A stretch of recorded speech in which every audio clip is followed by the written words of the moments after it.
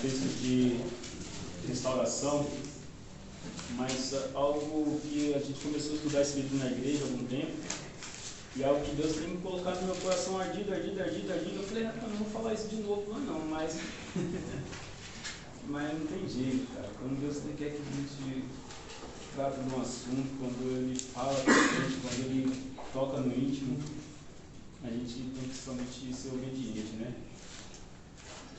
Hebreus capítulo 10, versículo 19. Tem um subtítulo aqui na minha Bíblia que se chama Apelo à Perseverança, mas eu queria também tratar sobre isso. Amém? Amém. Irmãos, a palavra de Deus ela diz assim: portanto, irmãos, temos plena confiança para entrar no Santo dos Santos, pelo sangue de Jesus. Amém? Pai amado, grande e poderoso, nós já oramos, Pai, nós já colocamos nossa vida, nós consagramos-nos a Ti. Eu sei que o Senhor já vem falando conosco através dos devocionais, e mais uma vez, quero que você confirme no coração e nas minhas palavras, tudo aquilo que for falado seja de Ti, nada de mim, e que cada coração aqui esteja preparado para receber essa palavra em nome de Jesus. Amém. Irmãos, pode se sentar? Meu irmão, esse versículo aqui eu penso nele todo dia. Depois eu vou chegar lá, vou explicar para os irmãos, mas depois que eu li, 2 meses atrás, que eu li o livro de Hebreus inteiro, eu parei nesse versículo e um outro aqui, e todo dia eu penso nele, todo dia eu agradeço a Deus, todo dia eu louvo a Deus, todo dia eu falo, Senhor, como que o Senhor pode ser um Deus tão bom desse jeito? Como que o Senhor pode ser um Deus tão maravilhoso? Como que o Senhor pode ser um Deus tão lindo em se preocupar comigo, em se preocupar com pessoas que muitas vezes teve a oportunidade de estar no teu caminho, teve a oportunidade de te servir, teve a oportunidade de fazer as coisas, mas sempre escolheu fazer o errado, sempre escolheu ir para o caminho. E tantas oportunidades negligenciadas, o Senhor vem e coloca uma palavra dessa no meu coração e arde, e queima. E Deus falando, o amor é maior do que tudo que você possa imaginar. A graça ela supera qualquer conflito, qualquer aflição, qualquer coisa que você tenha feito. A minha graça é isso, a graça de Deus é isso. É algo que você jamais vai conseguir superar com seus defeitos e falhas. O amor de Deus jamais você vai conseguir fazer com que Ele não te ame.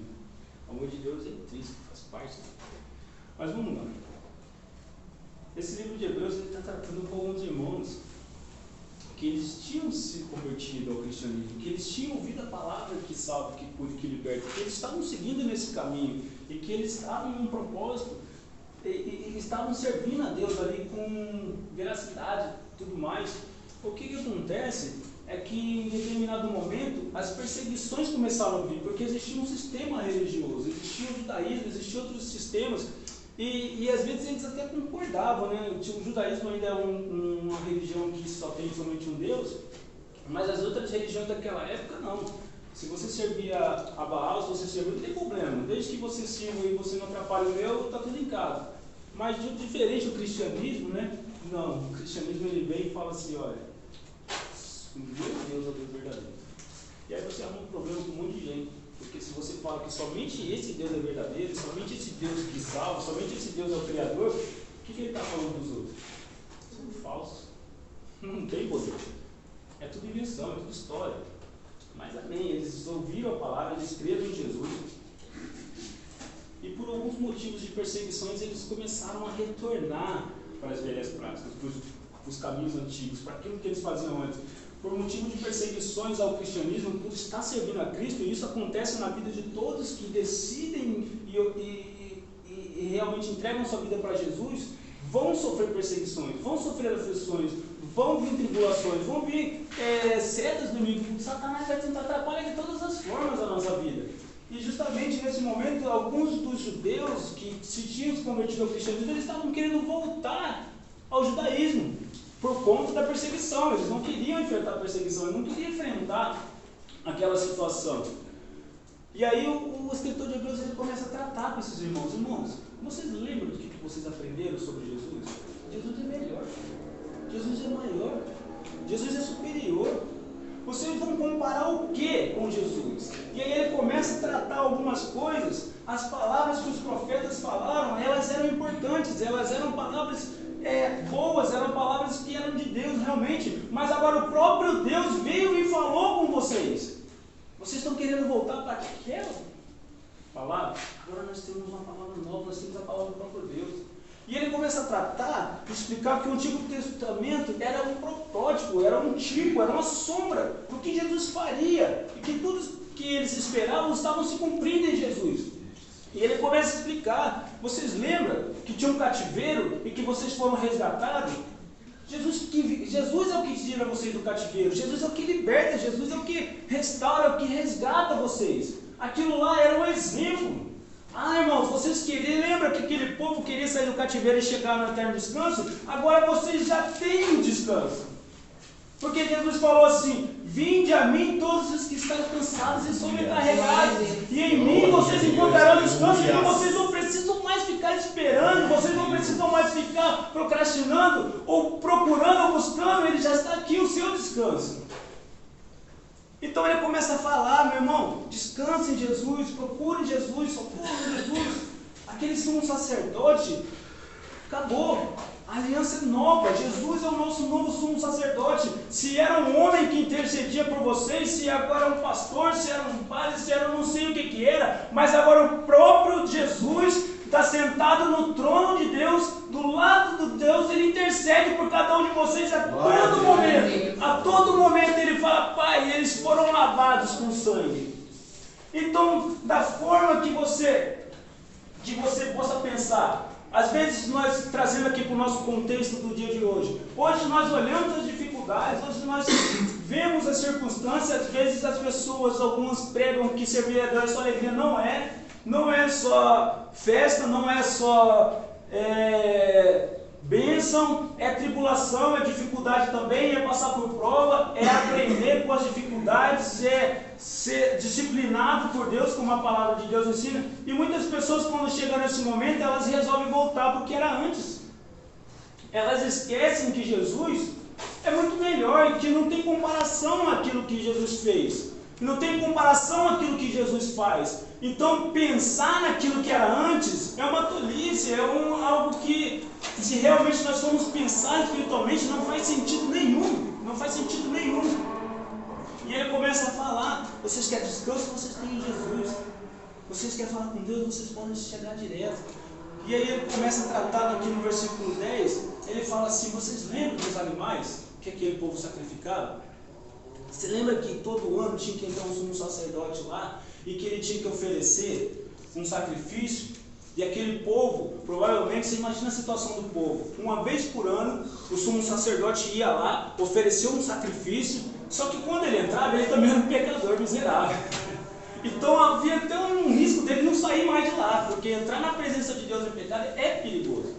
Era algo que os judeus tinham muito medo, eles não entravam na presença de Deus, eles não podiam chegar onde Deus estava, onde a presença de Deus se manifestava, a glória de Deus.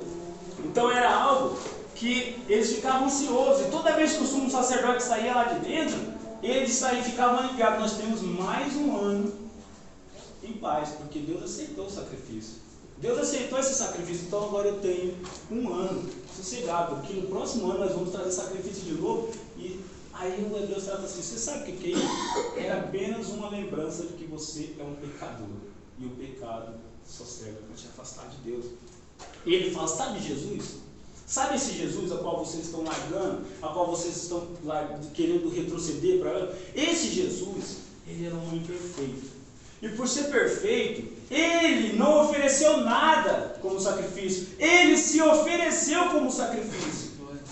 Eterno, permanente. Nunca mais vocês precisarão se preocupar, porque ele pagou o preço do pecado. Fiquem tranquilos, meus irmãos. Fiquem em paz. Fiquem em paz. E aí ele vai falando aqui o sacrifício, aquele todo ano, ele serviu para te lembrar dos seus pecados. Mas o sacrifício, depois você lê o capítulo 10, porque lá no começo ele fala: a lei traz apenas uma sombra dos seus benefícios que hoje vinham, e não a realidade. Por isso nunca consegue, mediante os mesmos sacrifícios repetidos anos após anos, aperfeiçoar quem se aproxima para adorar. Se pudesse fazê-lo, não deixaria de ser oferecidos. Então, todo ano. Mas quando Jesus Cristo vem, ele explica, há um sacrifício permanente. Então nós temos um sacerdote que intercede por nós. Nós temos um sacrifício que é eterno. E todos aqueles que aceitarem esse sacrifício estão livres e puros e purificados dos seus pecados. E aí aqui o que me chama a atenção nesse livro é que quando nós lemos aqui o versículo 19, portanto, irmãos, temos plena confiança para entrar na onde? No Santo dos Santos. Meu irmão, ninguém podia chegar aqui. Ninguém podia se aproximar desse lugar. Ninguém podia chegar onde a glória de Deus se manifestava. O pecado era algo que condenava a humanidade, era algo que condenava aquele povo, era algo que jamais eles poderiam se achegar naquele lugar. Eles ficavam do lado de fora, observando, ansiosos, querendo saber como que era, como que deveria ser lá dentro, como que deveria ser lindo, ver, sentir, poder falar com Deus, como que deveria ser maravilhoso, como que aquele cara saía lá de dentro e ele falando, já pensou se eu pudesse fazer isso? E hoje Jesus está falando assim, você pode entrar no Santo dos Santos, porque o sangue de Jesus te lava, meu irmão. O sangue de Jesus te limpa, o sangue de Jesus te renova, e você tem plena confiança para se chegar diante de Deus e colocar todos os seus problemas, para se declarar a Ele pecador miserável, pedir perdão e se arrepender. Você não precisa mais pedir para ninguém. Meu irmão, o Santo dos Santos, quantos não queriam entrar no Santo dos Santos? Quantos não queriam ter esse privilégio, mesmo sendo reis, mesmo sendo profetas, mesmo sendo importantes, mesmo sendo governadores? Aqui você não pode entrar por causa que você é um pecador. Na presença de Deus, quem chega com pecado morre, é exterminado, é eliminado, é cancelado. Quando Moisés estava em cima do monte, o povo falou, vai você, Moisés. Nós não nos atrevemos a chegar perto porque eles tinham medo. Eles tinham medo. Agora ele fala assim, não tenham medo, tenham plena confiança para se achegar a Deus e entra no Santo dos Santos. Não fique do lado de fora, não fique observando, não fique vendo as pessoas falarem com Deus, terem um contato com Deus, uma intimidade com Deus e só vendo acontecer. Você pode participar, você pode fazer parte disso. Meus irmãos, é intimidade.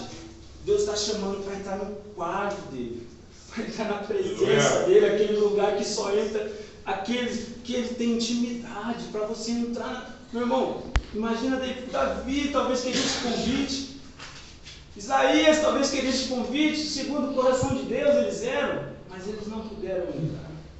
Porque para entrar no Santo dos Santos, e ele fala do tabernáculo, para entrar nesse lugar, eles teriam que passar na porta lá no tabernáculo. E tudo que era colocado lá dentro era lavado com sangue. Para qualquer utensílio que tivesse que entrado, qualquer utensílio que fosse colocado naquele local, ele teria que ser aspergido o sangue, porque o sangue purificava e aí ele podia entrar. Para entrar no Santo do Santo tinha que ter autorização.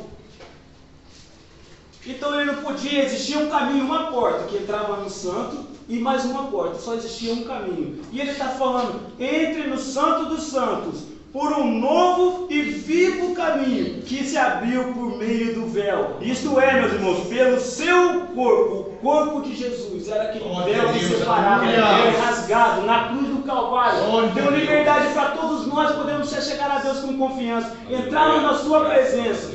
Meus irmãos, e ele fala aqui algo muito interessante, que isso é maravilhoso para mim. Temos um grande, pelo seu corpo, temos pois um grande sumo sacerdote sobre a casa de Deus. Sendo assim, aproximemo-nos de Deus. O convite de Deus não é para que você se afaste, não é para que você dê um tempo, não é para que você fique um pouco, aproxime-se de Deus.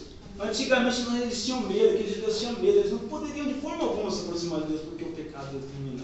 Mas ele fala, pode se aproximar de Deus, há um convite de Deus. Deus, ao invés de Ele nos rejeitar por todas aquelas falhas, por todos aqueles erros, por todos os pecados, meu irmão, eu sei que tudo que eu fiz, eu não me perdoarei. Você tem na sua consciência tudo que você fez, coisas que você não tem coragem de falar. Deus sabe dessas coisas. Deus sabe dessas coisas. Ele podia muito bem te lembrar e te falar assim, tá vendo por que eu não te chamo para perto de mim? Mas ele fala, aproxime-se de mim, com plena confiança, porque ele está sentado, Jesus Cristo, no trono da graça de Deus. No trono da graça de Deus. E ele fala, meus irmãos, aproximemos de Deus. E ele pede para que nós nos aproximemos como? Com um coração sincero. Com um coração sincero. Não precisa chegar diante de Deus querendo falar tchau tchau. Não precisa chegar diante de Deus querer falar palavras bonitas. Não precisa chegar diante de Deus querer ser eloquente, ou querer cantar bem, ou querer ministrar. Meu irmão, só fala a verdade. Só fala a verdade. Senhor, eu sou fraco, não consigo. Já tentei várias vezes. Já tentei muitas vezes, Senhor. O Senhor sabe que eu não consigo. O Senhor sabe da minha situação. O Senhor sabe da minha peleja. Eu não consegui sozinho.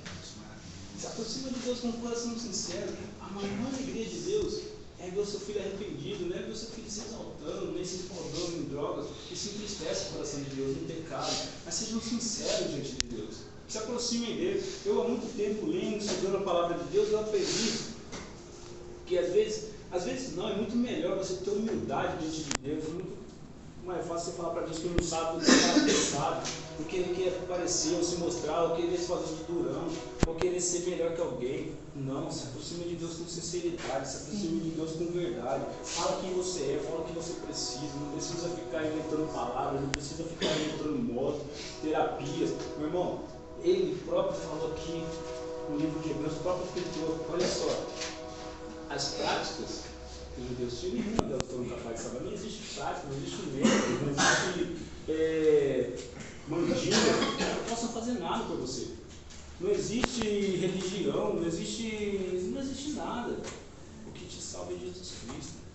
O que te salva é Jesus Cristo. É você chegar lá, reconhecê-lo como o seu Salvador, é reconhecer o sacrifício que foi feito por você, é se colocar diante dele como alguém que foi convidado para entrar na sua casa. Você chama quem para entrar na sua casa? É isso que Deus está falando. É esse o convite que Deus está fazendo para você. Pode entrar na minha casa, pode entrar na minha face, pode vir na minha frente, pode falar direto comigo. Aleluia. Não precisa ficar com conversinha fiada, não.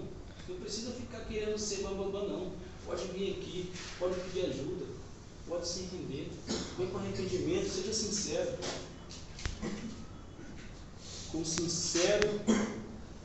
Com um coração sincero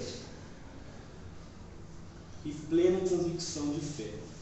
Aquilo que Deus exige de nós é isso aqui, sinceridade e fé. Mas o autor de Hebreus ele explica, tem que ter fé. Fé não é falar assim, eu creio em Deus, eu creio no sacrifício de Jesus, eu creio que realmente aquela cruz ela pagou, me limpou e me dá esse acesso direto. A fé não é isso, isso é crer, isso aí até o diabo faz. Até o diabo sabe disso, até o diabo ele crê e treme. A fé, ele começa a explicar aqui, a fé é a certeza daquilo que nós esperamos, das coisas que não vemos. E ele começa a dar um monte de exemplos de fé. Você sabe aquele cara lá construindo um barco 120 anos lá, e todo mundo achando que ele era maluco? É porque ele tinha certeza que aquilo que Deus falou para ele era verdade.